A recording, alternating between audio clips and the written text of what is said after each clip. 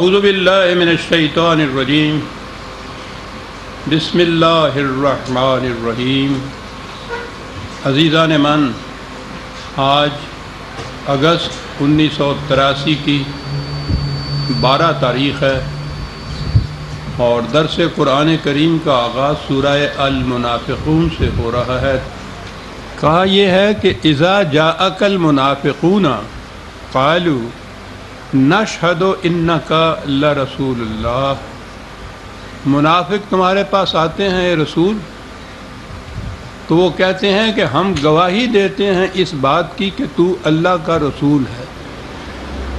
تو بالکل سچی بات وہ کہتے ہیں، اس سے بڑی سچی بات اور کیا ہوگی کہ وہ حضور سے آگے کہتے ہیں نشہد، ہم اس کی گواہی دیتے ہیں، تسلیم کرتے ہیں کہ تو اللہ کا رسول ہے۔ تو یہی بات سچے تھی اور سچے ہونے میں اس میں شبہ ہی نہیں تھا۔ اس پہ اور زیادہ اس کی تائید کی کہ واللہ یعلم انک لرسولہ، خدا بھی یہ جانتا ہے کہ تو اس کا رسول ہے۔ تو گویا ایک ایسی چیز ہے جس کی تائید خود خدا کر رہا ہے، وہ اس کی گواہی دے رہے ہیں، بات بالکل سچی ہے، کسی قسم کا شبہ نہیں۔ لیکن کہا ہے کہ واللہ یشہد ان المنافقین لکاذبون، لیکن خدا اس کی شہادت دیتا ہے کہ یہ جھوٹے ہیں۔ اتنی اہم سچی بات وہ کہہ رہے ہیں، ایسی سچی کہ جس کے سچ ہونے کی شہادت خدا خود دے رہا ہے، شہادت دیتا ہے کہ یہ جھوٹے ہیں۔ سچی بات کہی جا رہی ہے اور کہا جا رہا ہے کہ یہ جھوٹے ہیں۔ میں نے عرض کیا تھا کہ یہ ایک عظیم حقیقت ہے کہ سچی بات کہنے والا بھی جھوٹا ہوتا ہے۔ شاید آپ کو یاد ہوگا درس میں یہ باتیں کبھی کبھی آ جاتی ہیں۔ ہمارے دور میں حال ہی میں ایک بہت بڑا فلاسفر مغرب میں گزرا ہے، وائٹ ہیڈ۔ فلاسفی تو اس کی بڑی اونچی ہے، اس کی خصوصیت یہ ہے کہ وہ جسے انگریزی میں کہتے ہیں ڈیفائن کرتا ہے چیزوں کی، تعریف کرتا ہے۔ جسے تعریف ہمارے ہاں یہ ایک اصطلاحی لفظ ہے، اس کے معنی یہ پریز کے نہیں ہوتے بلکہ ڈیفائن کرنا جسے کہتے ہیں کہ وہ متعین کر دینا ہے ایک چیز کو، وہ اس کی بڑی خصوصیت ہے۔ اور اس کا تو بلکہ دعویٰ یہ تھا کہ اگر کسی پرابلم کو ڈیفائن کر دیا جائے تو آدھا مسئلہ اسی میں حل ہو جاتا ہے۔ بڑی صحیح بات وہ کہتا ہے۔ آپ کے ہاں یہ مسائل حل اس لیے نہیں ہو رہا کہ کوئی ڈیفائن نہیں کرتا۔ نظریہ پاکستان ہے جس کے اوپر پاکستان کی بنیاد رکھی گئی، 25 سال سے کسی نے 35 سال سے کسی نے ڈیفائن نہیں کیا کہ یہ نظریہ ہے کیا۔ اسلامی نظام، اسلامی شریعت، اسلامی قانون، کسی نے ڈیفائن نہیں کیا کہ اسلامی ہوتا کیا ہے۔ یہ سارے الجھاؤ پیچیدگیاں، بحثیں، نزاعات ساری اس لیے ہیں کہ ڈیفائن نہیں کیا گیا۔ بہرحال یہ اس کے فلسفہ کی خصوصیت ہے کہ وہ کرتا یہ ہے، اس نے ٹروتھ، سچائی کی ڈیفینیشن یہ دی ہے، کنفارمیشن آف اپیئرنس ٹو ریالٹی۔ جو حقیقت میں چیز ہے، جو کچھ ظاہر کی جا رہی ہے، اور اگر ان دونوں میں ہم آہنگی ہے تو اسے سچ کہیں گے۔ اس ڈیفینیشن پہ بہت تعریف ہوئی تھی کہ مسئلہ حل کر دیا۔ کسی نے یہ نہیں بتایا اسے کہ یہ بات آج جو آپ نے کہی ہے، یہ 1400 سال پیشتر عرب کی سرزمین میں پیدا ہونے والے ایک امی کی زبان سے کہی گئی تھی کہ منافق کہہ رہے ہیں کہ تو اللہ کا رسول ہے، خدا شہادت دیتا ہے کہ تو واقعی رسول ہے، لیکن وہ کہہ رہا ہے کہ یہ جھوٹے ہیں۔ کیوں جھوٹے ہیں؟ یقولون بافواہہم ما لیس فی قلوبہم، یہ کہتے وہ بات ہیں جو دل سے نہیں مانتے۔ تو گویا دل میں جو بات ان کے ہے وہ اور ان کی زبان، ریالٹی اینڈ اپیئرنس، ان کے درمیان ہم آہنگی نہیں ہے، اس لیے یہ بات یہ جھوٹے ہیں۔ بات سچی ہے، یہ جھوٹے ہیں کیونکہ قلب اور زبان میں ہم آہنگی نہیں ہے۔ ہو سکتا ہے کہ ایک شخص کہ علم میں ایک بات ایسی آئی ہو جو صحیح نہیں ہے، غلط ہے، لیکن وہ بلیو کرتا ہو دل سے کہ واقعی ایسے ہے، اور اسی طرح سے وہ کہہ رہا ہو، بات وہ غلط ہوگی، یہ جھوٹا نہیں ہوگا۔ آپ کہہ سکتے ہیں کہ اس کو آپ یہ بھی نہیں کہہ سکتے کہ یہ غلط بیانی سے کام لے رہا ہے۔ دل اور زبان ہم آہنگ ہے، بات جھوٹی ہے، یہ سچا ہے۔ اس کے برعکس ان کا دل اور زبان ہم آہنگ نہیں ہے، بات سچی ہے، یہ جھوٹے ہیں۔ ٹروتھ کی یا جھوٹ کی ڈیفینیشن اس انداز سے 1300 سال 1400 سال پہلے اس دور کا کوئی انسانی فکر یہ بات کہہ نہیں سکتا تھا۔ یقیناً یہ فکر انسانی سے مافوق سرچشمہ علم تھا جہاں سے یہ بات کہی گئی۔ اقبال نے کہا تھا کہ ہزار خوف ہو لیکن زباں ہو دل کی رفیق، یہی رہا ہے ازل سے قلندروں کا طریق۔ ہزار خوف ہو لیکن زباں ہو دل کی رفیق، دل اور زبان کے اندر رفاقت ہو، پھر وہ بات سچی ہوتی ہے۔ یہ نہ ہو تو سچی بات کہنے والا بھی جھوٹا ہوتا ہے۔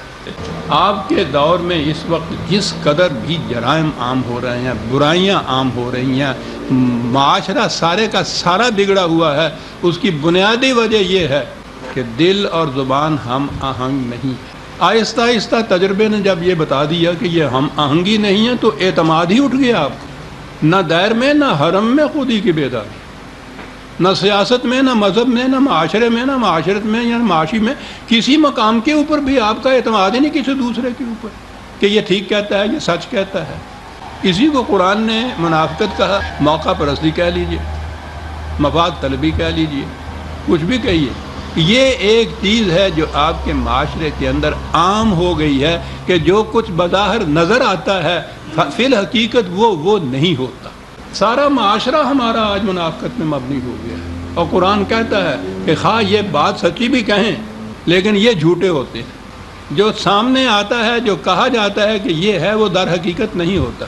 قرآن نے کہا ہے کہ ایسے میں معاشرے میں محیطم بالکافرین، سارا معاشرہ اس کی لپیٹ میں آ جاتا ہے۔ پھر اس معاشرے کے اندر ہمارے یہ جو مصلحت بینی سے جو اسلام یہاں رائج کیا گیا، پہلے تو وہ اسلام سارا منافقت میں مبنی، زندگی کی ضرورتوں کے لیے جھوٹ بولنا واجب ہو جاتا ہے۔ اجازت نہیں کہ صرف اجازت ہے کہ صاحب جھک مار لو، واجب ہو جاتا ہے۔ مذہب میں ایک چیز ہوتی ہے فرض جو خدا نے کہی ہو، اس کے بعد عام طور پہ سنت کہتے ہیں، اس کے اندر ایک چیز واجب ہوتی ہے، فرض سے ذرا ہی نیچے ہوتا ہے، واجب کو ترک کر دینے سے بھی گناہ ہوتا ہے۔ کہا گیا ہے کہ جھوٹ بولنا واجب ہو جاتا ہے، یعنی وہاں اگر سچ بول رہے تو گناہ ہوگا۔ کہا یہ گیا کہ کسی مخالف کو مکاری فریب سے قتل کرا دینا معاذ اللہ سنت رسول اللہ۔ کہا گیا کہ ابتداً جماعت سازی کے لیے بڑے بڑے بلند آہنگ اصول پیش کر دینا اور لوگوں کو ساتھ میں لا لینا، اور جب اس کے بعد اقتدار حاصل کرنے کا وقت ہو تو ان تمام اصولوں سے پھر جانا۔ کہا یہ اسوہ رسول اللہ ہے صلی اللہ علیہ وسلم، معاذ اللہ معاذ اللہ۔ نہ خدا کا خوف، نہ رسول اللہ کی ناموس کا کوئی پاس، نہ اقدار کا کوئی کسی قسم کا بھی لحاظ، اور اس کا نام اسلام۔ تو جب یہ اسلام عام ہو جائے معاشرے کے اندر تو آپ سوچئے کہ کس طرح سارا معاشرہ اس کی لپیٹ میں نہیں آ جائے گا۔ پہلے اگر کسی کے دل میں وہ جو پنجابی میں کہتے ہیں کہ کرک تھوڑی سی ہوندی سی کہ میں نے جھوٹ بولا ہے، دھوکہ دیا ہے، وہ اس سے کرک ہی اٹھ گئی، مطمئن ہو گئے سارے قلوب کہ یہ تو اسلام کے مطابق ہے جو کچھ ہم کر رہے ہیں۔ معاشرہ سارا اس کی لپیٹ میں آ گیا۔ آپ غور کیجئے گا جہاں جہاں آپ کو معاملہ پڑتا ہے انسانوں سے، وہاں آپ کا پہلا رد عمل کیا ہوتا ہے؟ یہی چیز کہ پتہ نہیں کہ جو کچھ کہہ رہا ہے کہ یہ سچ بھی کہہ رہا ہے یا نہیں۔ انسانوں سے آگے بڑھی عزیزان من، یہ جو منافقت ہے کہ جو کچھ نظر آتا ہے در حقیقت وہ نہیں ہوتا۔ صبح سے شام تک دیکھیے، دودھ کہہ کے جو آپ کو دیا جاتا ہے وہ دودھ نہیں ہوتا۔ ظاہر میں اور باطن میں ہم آہنگی نہیں ہوتی، یعنی ریالٹی میں اور اپیرنس میں جو چیز آپ گھی سمجھ کے خرید رہے ہوتے ہیں وہ گھی نہیں ہوتا، دکھائی دیتا ہے وہ گھی۔ روز کا یہ ہمارا قصہ ہے، صبح و شام کا۔ انسانوں میں ہی منافقت نہیں، ان اشیاء کے اندر منافقت آ گئی، اور یہ خدا کا عذاب ہوتا ہے قوموں کے اوپر کہ جب انہیں اس معاشرے میں زندگی بسر کرنی پڑے۔ یہ ابتدائی چیز، پہلی چیز قرآن نے یہاں کہی کہ جو کہہ رہے ہیں سچ ہے، خدا شہادت دیتا ہے کہ بالکل صحیح بات ہے، لیکن یہ جھوٹے ہیں۔ یہ بات اس زمانے کے منافقین ہی کی نہیں کہی جا رہی، یہ ایک ابدی حقیقت ہے جسے بیان کیا جا رہا ہے کہ سچ وہ ہے جس میں دل اور زبان، جس میں اپیرنس اور ریالٹی، جس میں باطن اور ظہور دونوں اہم آہنگ ہوں تو وہ سچ ہے، کہنے والا سچا ہے۔ اگر یہ نہیں ہے تو خواہ بات سچی ہو، کہنے والا منافق ہے۔ کہیے کہ اس معیار کو ذرا عام کریں، پھر دیکھیں کیا صورت پیدا ہوتی ہے آپ کی۔ چہروں پہ سے نقاب اٹھ جائیں اگر معیار یہ رکھ لیا جائے۔ لیکن جب میں نے عرض کیا ہے کہ اس چیز کو اسلام بنا دیا جائے کہ ضرورت کے وقت جھوٹ بولنا جائز ہے، تو اب منافقت اسے کہا ہی نہیں جائے گا، اس کو ایک نظریے کے طور پہ پیش کر، اس نظریے کو اسلامی کہہ کے پکارا چلا گیا۔ تو اب پھر اور کہاں جائے انسان جب اسلام یہ معاذ اللہ تعلیم دیتا ہو، تو پھر کفر کے لیے ضرورت ہی نہیں ہے کہیں جانے کے لیے۔ ان المنافقون لکاذبون، کیا بات شدت سے کہی ہے قرآن نے، بالکل یقینی بات ہے۔ اتخذوا ایمانہم جنۃ فصدوا عن سبیل اللہ، کہتے ہی نہیں ہے، قسمیں کھا کھا کے کہتے ہیں کہ یار بالکل ٹھیک ہے جو میں کہہ رہا ہوں۔ اپنی قسم کو یہ ڈھال بناتے ہیں اپنی منافقت کو چھپانے کے لیے۔ فصدوا عن سبیل اللہ، کرتے کیا ہیں؟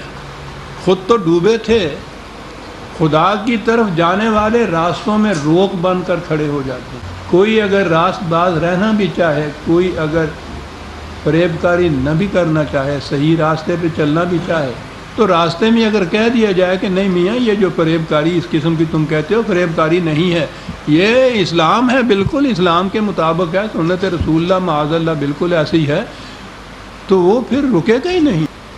کہا خود بھی اپنی ان قسموں کو ڈھال بناتے ہیں اپنی فریب کاریوں کے لیے، خدا کی طرف جانے والے راستے میں روک بن کے کھڑے ہو جاتے ہیں۔ انہم ساء ما کانوا یعملون، کس قدر بری روش ہے جو انہوں نے اختیار کر رکھی۔ ذالک بانہم آمنوا ثم کفروا، یہ اس لیے کہ انہوں نے زبان سے کہا ہم ایمان لائے، در حقیقت کفر کا کفر تھا۔ ہر آن ہر سانس میں کفر اور ایمان کی کشمکش ان کے اندر رہتی، دل میں کفر ہوتا ہے، زبان پہ ایمان ہوتا ہے۔ فطبع علی قلوبہم، وہ جو ہے نا پھر کہ ان کے دلوں پر مہر لگ گئی، اور ہم کہا کرتے ہیں کہ صاحب وہ ختم اللہ علی قلوبہم کے معنی خدا نے مہر لگا دی، تو خدا ہی نے مہر لگا دی تو پھر وہ الزام کاہے کا دے رہا ہے؟ خدا نے مہر نہیں لگا دی۔ پہلے تو کہا یہ بیان کی منافقت کی، پھر یہ کہا کہ ہر سانس میں کفر اور ایمان کی کشمکش چلی آ رہی، پھر اس کے بعد کہا کہ دلوں پہ مہر لگی، اور اگلی بات ہے کہ کیوں لگی، فہم لا یفقہون، وہ عقل و فکر سے کام نہیں لیتے، جذبات کے پیچھے چلتے ہیں۔ تو نظر آ گیا کہ جسے کہتے ہیں دلوں پہ مہر لگ جانا، وہ خدا مہر نہیں لگاتا۔ انسان جب عقل و فکر سے کام لینا چھوڑ دے اور جذبات ہی کے پیچھے چلے، مفاد پرست ہو جائے، اپرچونسٹی ہو جائے، موقع پرست ہو جائے، پھر سمجھنے سوچنے کی صلاحیتیں آہستہ آہستہ مفلوج ہو جایا کرتی ہیں۔ بڑے بڑے ان لوگوں کو دیکھیے، مفاد پرست، موقع پرست، جہاں یہ اپنے مفاد کی بات نہیں آئے گی، اتنے بڑے دانشور نظر آئیں گے آپ کو، سمجھ سوچ والے، علم و عقل والے، لیکن جہاں یہ اپنی مفاد پرستی کی بات آئے گی ہر قسم کا فریب دیں گے، اور یہ بات اتنی سی نہیں سوچیں گے کہ اگر یہی روش ہر ایک نے اختیار کر لی، سوچئے عزیزان من، اگر صورت یہ ہو کہ ہر شخص جھوٹ بولے، اور آپ یہ جانتے ہوں کہ یہ جو کچھ کہہ رہا ہے یہ جھوٹ بول رہا ہے، کس عذاب میں زندگی ہو جائے گی۔ کہتے ہیں اتنی بات نہیں سمجھتے کہ اگر یہ روش عام ہو جائے جو انہوں نے اختیار کر رکھی ہے، کتنا بڑا جہنم ہوگا جس میں زندگی گزارنی پڑے گی۔ وہ اس لیے کہ جھوٹ بولنے والا جھوٹی بات کہہ کے آخر میں یہ نہیں کہتا کہ دیکھو میاں صاحب میں نے یہ جھوٹ بولا ہے، اس کو سچ نہ سمجھ لینا، وہ تو کامیاب ہی نہیں ہو سکتا جھوٹ۔ وہ تو کامیاب ہوگا کہ قدم قدم کے اوپر آپ کے ساتھ وہ قسمیں کھاتا چلا جائے کہ بالکل سچی بات میں نے کہی ہے، لفظاً لفظاً سچ ہے، اس میں ذرا جھوٹ نہیں ہے، وہ یقین دلاتا چلا جائے۔ اور اگر آپ کو یہ یقین ہو کہ یہ انہم لکاذبون، یہ بالکل جھوٹ بولتا ہے، یہ ابھی تک اس لیے چل رہا ہے جھوٹ کا معاملہ بھی کہ آپ ہر ایک کے متعلق یہ نہیں فرض کر لیتے کہ یہ جھوٹ بول رہا ہے۔ محیط ہو جائے معاشرے کے اوپر تو معاشرہ جہنم بن جاتا، اب بھی جہنم بن چکا ہوا ہے۔ ہم قیامت موجود کا انتظار کر رہے ہیں کہ وہاں جا کے جہنم آئے. وَإِذَا رَأَيْتَهُمْ تُعْجِبُكَ أَجْسَامُهُمْ وَإِنْ يَقُولُوا تَسْمَعْ لِقَوْلِهِمْ. کہا کیفیت ان کی یہ ہے، بظاہر دیکھیے بڑے شریف آدمی نظر آتے ہیں، بڑے دیانتدار، بڑے ایماندار، بہت عمدہ قد کار جسے کہتے ہیں، شخصیت نہایت شریف نظر آتی ہے. اور ایسے باتوں نہیں کہ جب وہ بات کرے تو تو بھی کان لگا کے سننے لگ جائے کہ سن تو لوں یہ کیا کہتے ہیں. یعنی امپریشن فرسٹ ان کا یہ ہوتا ہے. یہ آتے ہی نہیں کہہ دیتے کہ میں آیا ہوں اور میں جھوٹ بولوں گا جو کچھ کہوں گا اور میں تمہیں فریب دینے کے لیے آیا ہوں. کبھی کوئی کہے گا یہ بات، بڑے معتبر بنیں گے، بڑے ایماندار بنیں گے، باتیں ایسی کہ تو کان لگا کے سنے. لیکن در حقیقت یہ ہیں کیا؟ بظاہر تو ایسے بنے ہوئے، در حقیقت کیفیت ان کی یہ، گھن کھائی ہوئی لکڑی کو کبھی آپ نے دیکھا؟ یہ اوپر سے وہ لکڑی بالکل صحیح سلامت ہوتی ہے، اندر سے کھوکھلی ہوتی ہے. اب تو ہمارے ہاں کہ وہ شتیر نہیں رہے، ورنہ پہلے تو یہ لکڑیوں کا شتیر ہوتا تھا. روز اس چھت کے نیچے سوتے ہیں، رہتے ہیں، شتیر دیکھ رہے ہیں، بالکل ٹھیک نظر آ رہا ہے. کسی دن ذرا سے اوپر ایک بچہ نے بھی دھمکی دی، وہ دھڑم سے نیچے گر گیا، وہ دیکھا کہ اندر سے کھوکھلا ہو رہا تھا. کہا یہ منافقین کی کیفیت یہ ہوتی ہے، بظاہر بڑی صحیح سلامت لکڑیاں نظر آتی ہیں، گھن کھائی ہوئی لکڑیاں تو اپنے سہارے تو یہ کھڑی نہیں ہو سکتی، کسی اور سہارے پہ ٹیک لگا کے کھڑی ہوتی ہیں، اندر سے گھن کھائی ہوئی ہوتی ہیں، کھوکھلی شخصیت ہوتی ہے ان کی. اس قدر مسند عجیب شخص چیز کہی ہے قرآن نے.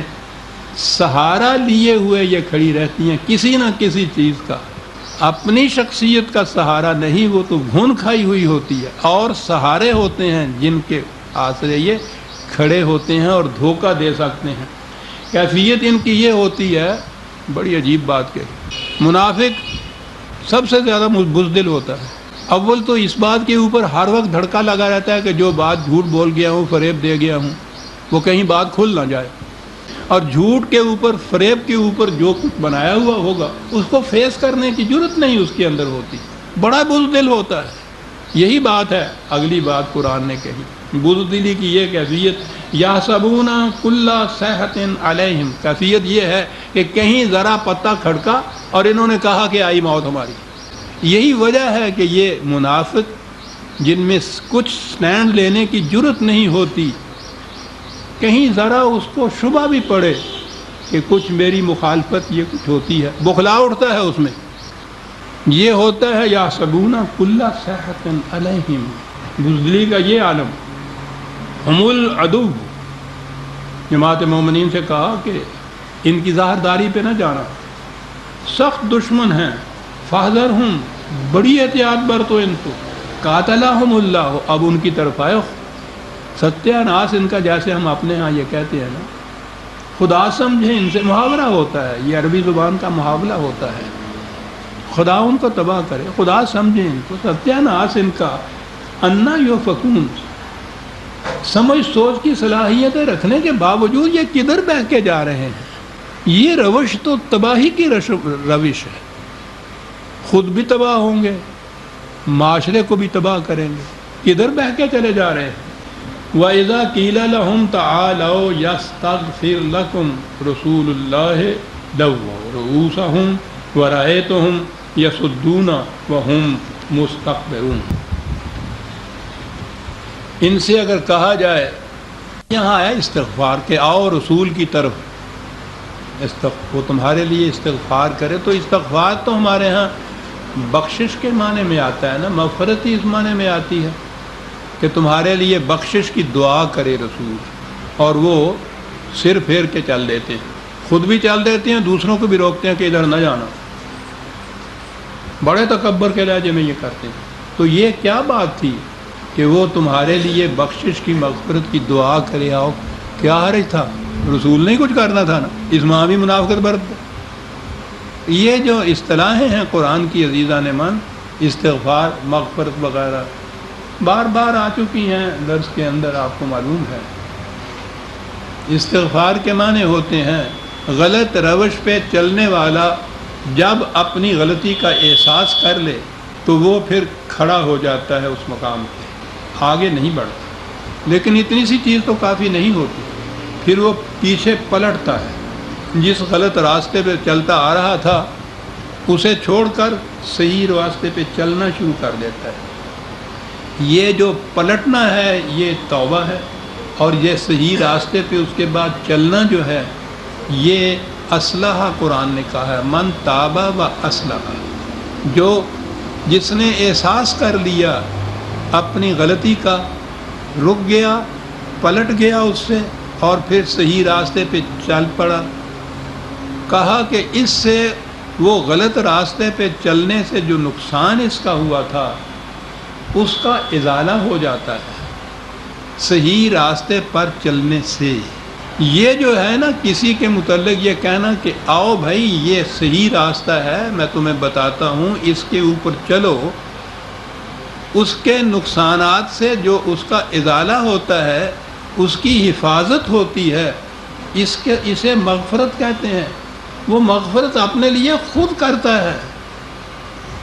یہ جسے ہم کہتے ہیں دوسرے کے لیے، وہ اتنی سی بات ہوتی ہے کہ اس کی رہنمائی کی جاتی ہے صحیح راستے کی طرف۔ اس کے لیے چاہا جاتا ہے کہ وہ اپنے نقصانات سے محفوظ رہ جائے۔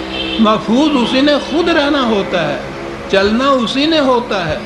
اب اس کا نام ہوا ہمارے ہاں استغفار۔ اس استغفار کے لیے طریق کیا ہے؟ صبح اٹھے استغفر اللہ ربی من کل ذنب واتوب الیہ، استغفر اللہ ربی من کل ذنب واتوب الیہ، تسبیح رکھی ہوئی ہے، ڈھیر لگا ہوا ہے، دانے پہ دانہ چل رہا ہے استغفر اللہ کا، اور اس کا نام ہے استغفار۔ قرآن نے تو ایک ہی اصول بتایا تھا، ان الحسنات یذھبن السیئات۔ یاد رکھو غلطیاں ہو گئی ہیں، کچھ نقصانات اس سے ہو گئے ہیں، اس کے ازالے کی صورت یہ ہے کہ اس سے زیادہ بہتر کام کرو۔ غلط غذا کھانے سے کمزوری ہو گئی ہے، بیماری ہو گئی ہے، علاج بھی کرو اور اس سے بہتر غذا کھاؤ، نیوٹریشن والی۔ جو کمزوری ہو گئی ہے اس کا بھی ازالہ ہو جائے گا، اور اس کے بعد اور بھی نیوٹریشن یا نشو و نما ہو جائے گی۔ یہاں اس کا نام استغفار، اس کا نام مغفرت، اور سارا دار و مدار بخشش۔ جنت اعمال کی وجہ سے نہیں ملتا ہے، صرف خدا کی بخشش سے، پھر ساتھ شفاعت۔ اور پھر شاید آپ کو یاد ہو وہ حدیث جو عام طور پہ یہ کوٹ کرتے ہیں، اور وہ حدیث یہ ہے، مسلم کی حدیث بیان یہ کرتے ہیں کہ اللہ تعالیٰ کہتا ہے کہ اگر اے قوم مومنین، اے قوم مسلمانوں، اگر تم نے گناہ نہ کیا تو خدا تمہیں اٹھا لے گا اور تمہاری جگہ ایک اور قوم لے آئے گا جو گناہ کرے گی تاکہ خدا کی بخشش ظہور میں آ جائے۔ سودا بیچنا نہ انہیں، تسی نہ خریدار بنو گے تو کہ تو دیتا ہوں، کہے گا چلو جال دوسرے خریدار، معاذ اللہ۔ یہ حدیث ہے مسلم کی، مغفرت، بخشش، استغفار۔ پھر کہتے ہیں یہ جرائم عام ہو رہے ہیں، جنہیں اتنی ضمانت مل جائے اور واجب ہو جائے کہ اگر گناہ نہ کرو گے تو خدا تمہیں اٹھا کے لے جائے گا، قوم ہی تمہاری ساری کی ساری ختم کر دے گا، تمہاری جگہ ایسی قوم لائے گا جو گناہ کرے گی پھر خدا سے بخشش مانگے۔ ہاں، یستغفر لکم کے معنی یہ ہیں کہ رسول کی طرف آئے، جتنی غلطیاں تم کر چکے ہو ان کی وجہ سے جو نقصانات ہوئے ہیں وہ تمہیں بتائے گا کہ ان نقصانات کا ازالہ کس طرح سے ہو سکتا ہے۔ تو وہ تو صحیح راستے پہ چلنے کی بات ہی کرے گا نا، اور اسی لیے کہا کہ وہ یہ سنتے ہیں تو سر مٹکا کے کہتے ہیں نہیں بھائی چل دیتے ہیں۔ کوئی ادھر جانے والا ہوتا ہے اسے بھی روک دیتے ہیں کہ نہ جانا، وہ تو تمہیں پتہ ہے کیا کچھ کہہ رہا ہے، وہ کہتا ہے جھوٹ بولنا چھوڑو، فریب کرنا چھوڑ دیجئے، صحیح راستہ اختیار کرو، دیانتداری اختیار کیا، وہ تو یہ کہہ رہا ہے ادھر نہ جانا۔ بڑے تکبر میں چل دیتے ہیں۔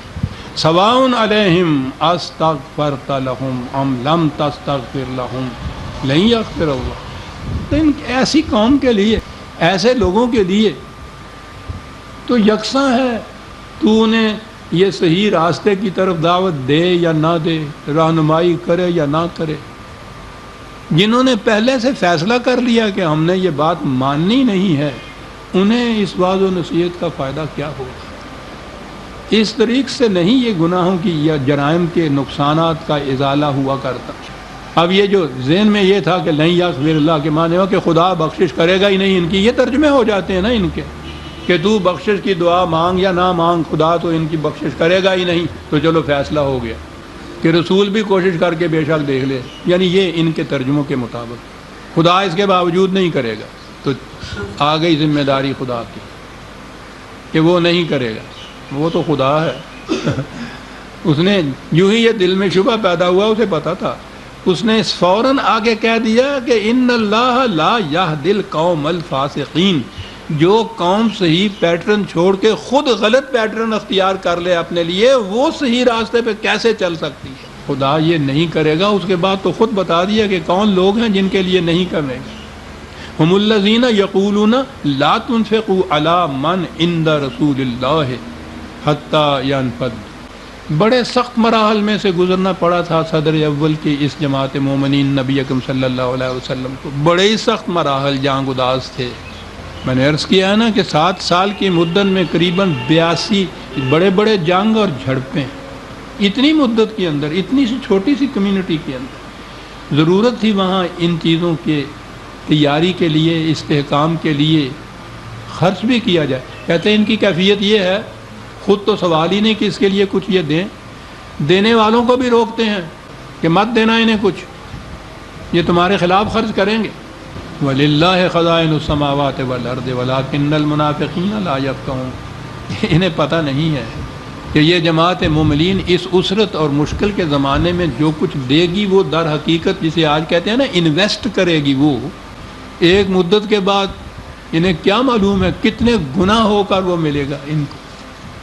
جس نظام کے اسٹیبلش کرنے کے لیے اور استحکام کے لیے یہ اتنا خرچ کریں گے، جب وہ قائم ہوگا تو پھر آپ دیکھیے گا کہ کتنے گنا زیادہ ملتا ہے ان کو۔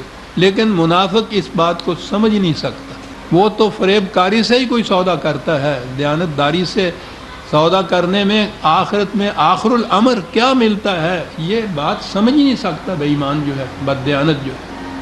یقولون لئن رجعنا الی المدینۃ لیخرجن الاعز منها الاذل۔ کہتے ہیں کوئی بات نہیں، یہ یہاں سے یہ بات میدان جنگ کی قریباً ہو رہی ہے، یا باہر سے وہاں ہو رہی ہے کہ یہ واپس جالیں مدینے میں، دیکھیے گا کہ ہم وہاں کے بڑے بڑے سرداروں کو کس طرح ان کے خلاف بھڑکاتے ہیں اور وہ کس طرح انہیں مدینے سے نکال باہر کرتے ہیں۔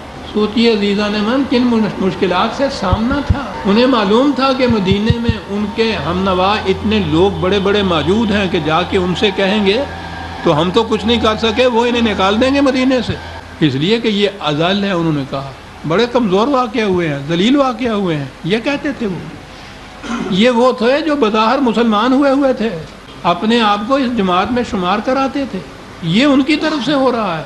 کھلے ہوئے دشمن تو ایک طرف رہے وہ جو قریش تھے، یہ ان کی طرف سے ہو رہا تھا۔ کہا وَلِلَّهِ الْعِزَّةُ وَلِرَسُولِهِ وَلِلْمُؤْمِنِينَ وَلَٰكِنَّ الْمُنَافِقِينَ لَا يَعْلَمُونَ۔ انہیں کیا معلوم ہے کہ جسے قوت کہتے ہیں، یاد رکھیے عربی زبان میں عزت کے معنی قوت کے ہوتے ہیں، عزیز کے معنی صاحب قوت ہوتا ہے۔ میں نے ایک دن پہلے بھی ایک لفظ غنیمت کا بتایا تھا کہ لفظ کے معنی بدلتے بدلتے پھر کہاں تک چلے جاتے ہیں، انہیں کچھ معلوم نہیں کہ قوت بالآخر رسول اور اس کے ساتھیوں کی جماعت مومنین کے قدم قدم کے، کہیں یہ کہ منافقین لا یفقہون، منافقین لا یعلمون، تو بات ساری تفقہ کی ہے، تدبر کی ہے، علم و بصیرت سے معاملے کو سمجھنے کی ہے۔ یہ نہ کیا جائے تو وہ بھی منافقت کے اندر آ جاتی ہے بات، یعنی بغیر علم و بصیرت و تدبر اور شعور کے کوئی بات مانی ہوئی بھی ہو تو وہ آپ زبان سے مان لیتے ہیں، دل کی گہرائیوں میں نہیں اتری ہوئی ہوتی۔ یہ غور و تدبر اس کے لیے ضروری ہے کسی بات کے ماننے کے لیے، اور یہی غور و تدبر ہے جو مذہب میں آپ کے اوپر حرام قرار دیتے۔ نتیجہ اس کا یہ ہے کہ ان کے ہاں یہ مذہب کے عقائد پہ سے بڑے سے بڑا شدت کے ساتھ بھی عقیدے رکھنے والے کو اور کہیے نا کہ آپ کیوں یہ مانتے ہیں، کیوں کا جواب نہیں ہوتا ان کے پاس۔ اور جو ایمان عقل و فکر کی بنیادوں پہ لایا جاتا ہے اس کا ٹیسٹ ہی یہ ہوتا ہے کہ وہ کیوں کا جواب دیتا ہے، اور خدا جو چیز منواتا ہے کیوں کا جواب دے کے منواتا ہے، لعلکم، تاکہ یہ بات ہو۔ تو تفقہ اور تدبر اور تعلم سے کام نہ لینا جو ہے قرآن منافقین کی روش بتاتا ہے. یا ایھا الذین آمنوا لا تلہکم اموالکم ولا اولادکم عن ذکر اللہ. یہ کہا یہ تو باہر کے دشمن ہیں، ان کے متعلق تو تم سے کہا کہ وہ کھلے ہوئے دشمن قریش، یہ ڈھال کے سپر کے پیچھے چھپے ہوئے دشمن منافقین. کہا ایک اور کیٹیگری بھی ہے. یاد رکھو، مال و دولت کی ہوس اور بال بچوں کا غلط پیار تمہیں کہیں قوانین خداوندی سے غافل نہ کر دے. بڑی دکھتی ہوئی رگیں ہیں. مال و دولت کی ٹیمپٹیشن، کتنے جرائم اس کی وجہ سے ہوتے ہیں. اور اگلی بات یہ، وہ جو بال بچوں کے متعلق کچھ کرنے کی فکر، اپنے لیے تو وہ 2 وقت کی روٹی، اس کے لیے کتنا کچھ چاہیے کسی کو. بچوں کی پرورش کے لیے بھی چلیے کتنا نہیں، پھر اس مرنے کے بعد ان کے لیے کچھ چھوڑ کے بھی تو مرنا ہے نا ان کے لیے سب. اب یہ جتنی پراپرٹی، حتیٰ زرتم المقابر جو کہتا ہے کہ لگے ہوئے ہیں اس ریس کے اندر چلے جا رہے ہیں، ضرورت تو پوری ہونے کی ایک حد ہوتی ہے، وہ پوری ہو جاتی ہے. اور یہ جو تکاثر ہوتا ہے اولاد کے لیے پھر آگے بنانے کا قصہ چل پڑتا ہے. یہ جائیدادیں پہ جائیدادیں دھری چلے جا رہے ہیں ان کے لیے صاحب. کہا یاد رکھو یہ ہوس، یہ روش تمہیں کہیں تباہ نہ کر دے. لا تلہک، تمہیں خدا کی روش سے غافل نہ کر دے. یہ بات، یہ جذبات غالب نہ آ جائیں. ٹھیک ہے، پرورش ضروری ہے، حفاظت ضروری ہے، اسی حد تک جس حد تک قوانین خداوندی حدود اللہ کے اندر رہتے ہوئے آپ کرو، جائز طریقے سے آپ کرو. جائز ناجائز ہر طریقے سے یہ چیز کے ساتھ اولاد کے لیے بھی تو کچھ رکھنا ہے، یہ نہ کرو. وَمَن يَفْعَلْ ذَلِكَ فَأُولَٰئِكَ هُمُ الْخَاسِرُونَ. کہا کہ یہ کچھ کرو گے تو اس لیے یہ بڑی منفعت بخش چیز ہے، اس لیے کر رہے ہو نا کہ بڑی فائدہ مند چیز ہے. یہ ہر شخص جو ناجائز طریقے اختیار کرتا ہے اسے اپنے لیے منفعت بخش سمجھتا ہے تو کرتا ہے، فائدہ مند سمجھتا ہے تو کرتا ہے نا. کہا ذہن میں تمہارے یہ ہے کہ یہ بڑی منفعت بخش چیز ہے، لیکن در حقیقت اولئک ھم الخاسرون، انجام کار دیکھو گے کہ یہی نقصان میں رہیں گے.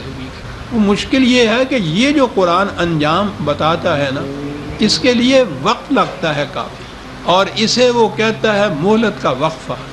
جہاں جہاں اس نے اپنا قانون مکافات اس کا ذکر کیا ہے کہ ہر غلط کام تباہ کن نتیجہ پیدا کرتا ہے، اس کے ساتھ ہی یہ کہا ہے کہ ہم فوراً پکڑ نہیں کرتے، فوراً گرفت نہیں ہوتی.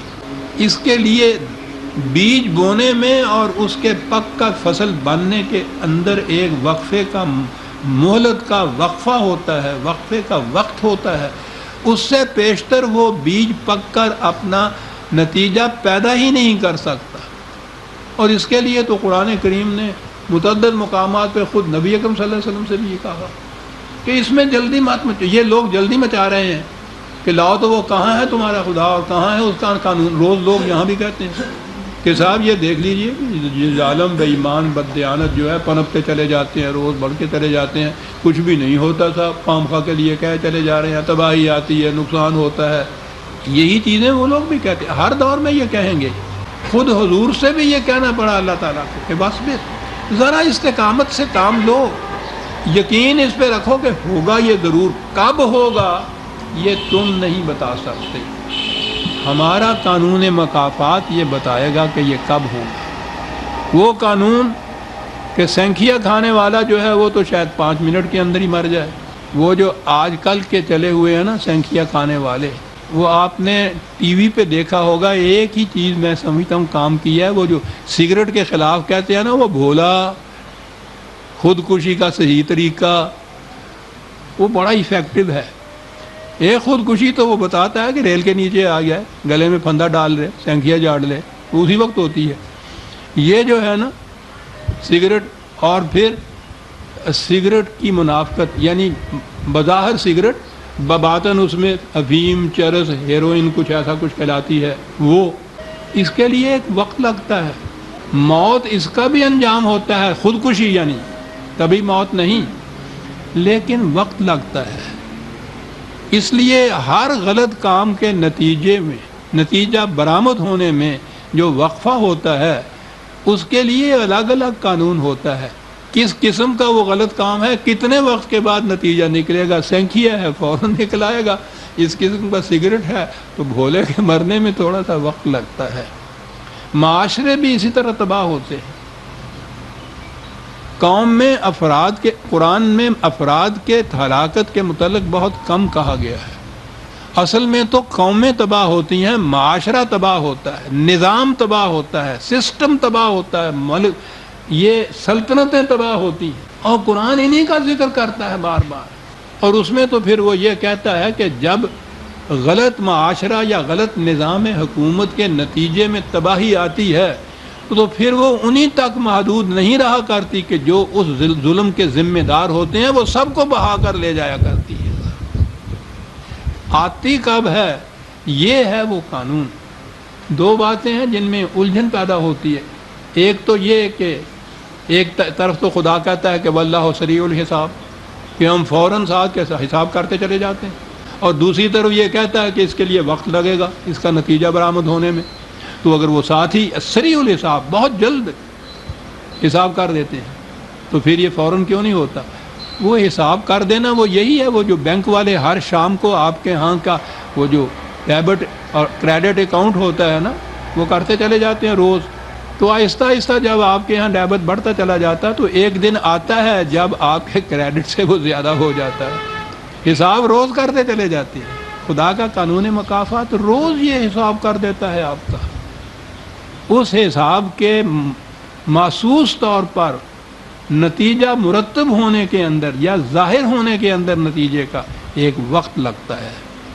لیکن آ کر رہتا ہے ایمان، اس کا ہی نام ہے کہ یہ یقین ہو کہ معاشرے کی یہ روش غلط روش جو ہے یہ تباہی کی طرف لیے جا رہی ہے اور یہ تباہ کرے گی. اس لیے کہا وَأَنفِقُوا مِمَّا رَزَقْنَاكُمْ مِن قَبْلِ أَن يَأْتِيَ أَحَدَكُمُ الْمَوْتُ. کہا کہ یہ جب ضرورت ابھی، آپ کو معلوم ہے قرآن نے کہا ہوا ہے کہ مومن کوئی شخص جب اسلام لاتا ہے تو وہ ایک معاہدے پہ دستخط کرتا ہے جس میں لکھا ہوتا ہے کہ میں اپنی جان اور مال خدا کے ہاتھوں بیچتا ہوں، اور خدا خریدنے والا کہتا ہے کہ میں اس کے بدلے میں تمہیں جنت کی ضمانت دیتا ہوں. اس کے معنی ہوتے ہیں اسلام لانا، مسلمان ہو جانا. یہی نہیں ہوتا کہ وہ رام داس آیا اور مسجد میں مولوی صاحب نے کلمے 4 پڑھائے اور عبد الرحمن نام رکھا اور پھر الحمدللہ. یہ معاہدہ ہوتا ہے. تو کہا کہ اس معاہدے کے لیے جس وقت بھی مانگا جائے، جب بھی ضرورت پڑے، جب بھی وقت آ جائے. قرآن نے یہ لفظ خرچ کرو لکھا ہی نہیں ہے، انفاق ہے یہ لفظ. اس کے معنی ہے کہ کھلا رکھو، تجوریوں میں بند کر کے نہ رکھو، ڈھکنے اس کے اوپر دو. ایسے اکاؤنٹ نہ کھولو کہ جو تم ہی ان میں سے ڈرا کر سکو کوئی اور نہ کر سکے. اوپن رکھنا اس کا ترجمہ ہوتا ہے عربی. اوپن رکھو جب ضرورت پڑے، اور یہ چیز جو ہے یہ دے دو جب ضرورت پڑے، تاں کے قبل اس کے کہ موت تمہارے سامنے آ کھڑی ہو. توبہ کے متعلق اس نے یہ بات کہی ہے کہ جب موت سامنے آ کھڑی ہو تو پھر توبہ کچھ فائدہ نہیں دیتی. بات بڑی صاف ہے. توبہ کے معنی ابھی ہم نے دیکھا نا، غلط راستے پہ چلنے کا احساس کہ غلط ہے، اور اس کے بعد صحیح راستے کے اوپر چل پڑنا. اور اگر ایسے وقت میں یہ احساس ہوا ہے جب صحیح راستے پہ چلنے کا وقت ہی باقی نہیں رہا تو پھر تو اصلاح کی گنجائش ہی باقی نہیں رہی. یہ تو توبہ ہی نہیں رہی. قرآن نے کہا پھر توبہ نہیں ہے. یہ جو مرتے وقت کہتے ہیں کہ یا اللہ مرتے وقت کلمہ میری زبان پہ ہونا چاہیے، مرنے سے بہت پہلے کلمہ زبان پہ ہونا چاہیے، زبان پہ ہی نہیں ہونا چاہیے. دل کی گہرائیوں پہ ابھرنا چاہیے. عزیزان مان، اگر یہ بات نہیں ہے تو زبان کے اوپر جو آپ کا کلمہ ہے وہ تو آپ کو کچھ کام نہیں دیتا. ایاک نعبد، کتنی بار زبان سے آپ کہتے ہیں.